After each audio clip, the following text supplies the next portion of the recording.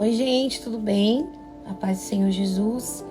Bom, primeiramente eu quero deixar aqui bem claro que esse Instagram é um Instagram pessoal, mas quem me segue já sabe que eu sou serva do Senhor Jesus, que eu sou uma pessoa cristã e que o meu envolvimento no Evangelho é as músicas, né? Eu faço parte de equipe de louvor, de adoração, também mentorio outras igrejas, além de ser professora de canto. Sou professora de música em colégios formais e projeto social. Então, deixando bem claro aqui, né, que não é que eu quero me gabar, né, mas eu tenho um pouquinho de propriedade para falar sobre esse assunto em específico que nós vamos tratar aqui. Então, vamos lá. Quando se trata de música, né, é um assunto bem complexo, porque música também ela é relacionada à cultura, ela é cultural, né? Então a gente precisa deixar isso bem claro que música é cultural. Se falando de cultura, nós falamos de culto, de prestar culto, né? A gente fala que quando fala de cultura vem de prestar um culto. Então nós cristãos temos uma linha, um segmento de cantar louvores, né? Músicas que prestem culto a Deus. Então é importante a gente deixar isso bem claro, tá? Então, dentro da igreja, dentro desse meio musical, existem os louvores, as canções, os salmos, né?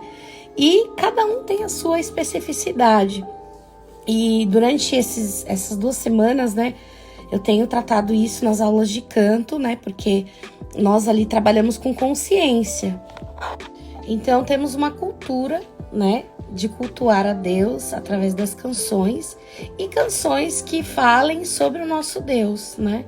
A gente dá um tema para essas canções chamando de canções teocêntricas ou cristocêntricas, que coloca Cristo no centro, que coloca Deus no centro.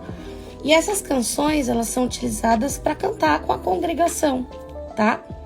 Então a gente tem essa distinção, né?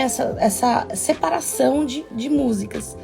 E também tem a doxologia, que são músicas que elevam, que são mensagens bíblicas, orações bíblicas, canções bíblicas. Um exemplo dessa canção é aquela música Colossenses e suas linhas de amor, Salmo 126. Então é muito legal, tem louvores aí, tem doxologia, tem igrejas que implementam nos seus cultos canções de doxologia.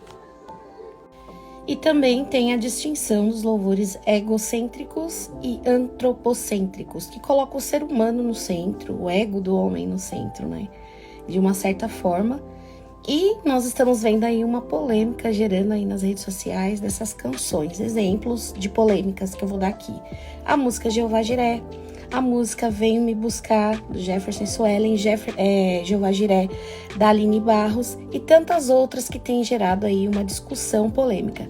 Uma das mais polêmicas agora é a música da Aimee, que fala sobre o evangelho de fariseus. Vou falar sobre isso no próximos stories, mas eu vou deixar aqui especificado para que você veja a diferença e a distinção dessas canções. E eu acho muito interessante essas polêmicas virem para a gente ter uma conscientização. Sobre essa música em específica, Evangelho de Fariseus, não é um louvor, gente. Vamos deixar aqui bem claro. É uma canção, é uma música cristã que traz um alerta para a igreja brasileira. Por quê? É uma realidade, é um fato, é o que nós temos visto mesmo. Muita gente não tinha ideia do que acontece nas ilhas do Marajó, né? Eu já tinha visto uma reportagem, isso é de cortar o coração. E o que acontece nas ilhas do Marajó? Muita prostituição, morte. Eu postei um vídeo anterior aí e eu vou tentar postar ele aqui para vocês. Mas é uma realidade, é um fato. E é uma canção profética que tá dando uma direção para que nós pudéssemos abrir os nossos olhos e enxergar a realidade dos fatos. E isso é fato, né? Tem muita gente dizendo que é uma canção progressista. Então, sendo ela uma canção progressista ou não, é uma música, a gente já deixa isso aqui bem claro, é uma música de alerta para a igreja brasileira, não só para a igreja, para os cristãos, para todos, né? Porque é uma música que tem alcançado muitos corações e Deus fez com que essa canção atingisse as pessoas de uma certa forma, algumas pessoas vão se incomodar e outras vão abrir os seus olhos e vão se compadecer, principalmente aquelas que oram, entendem a realidade da nação, aquelas que vê de perto o que está funcionando. Pesquise sobre a cantora, veja sobre a vida dela, é um fato, ela vive isso na realidade, então ela vai cantar sobre isso. E também a musicalidade dela vem da música popular contemporânea, né? E principalmente do MPB, as referências dela vêm dessa música popular cristã.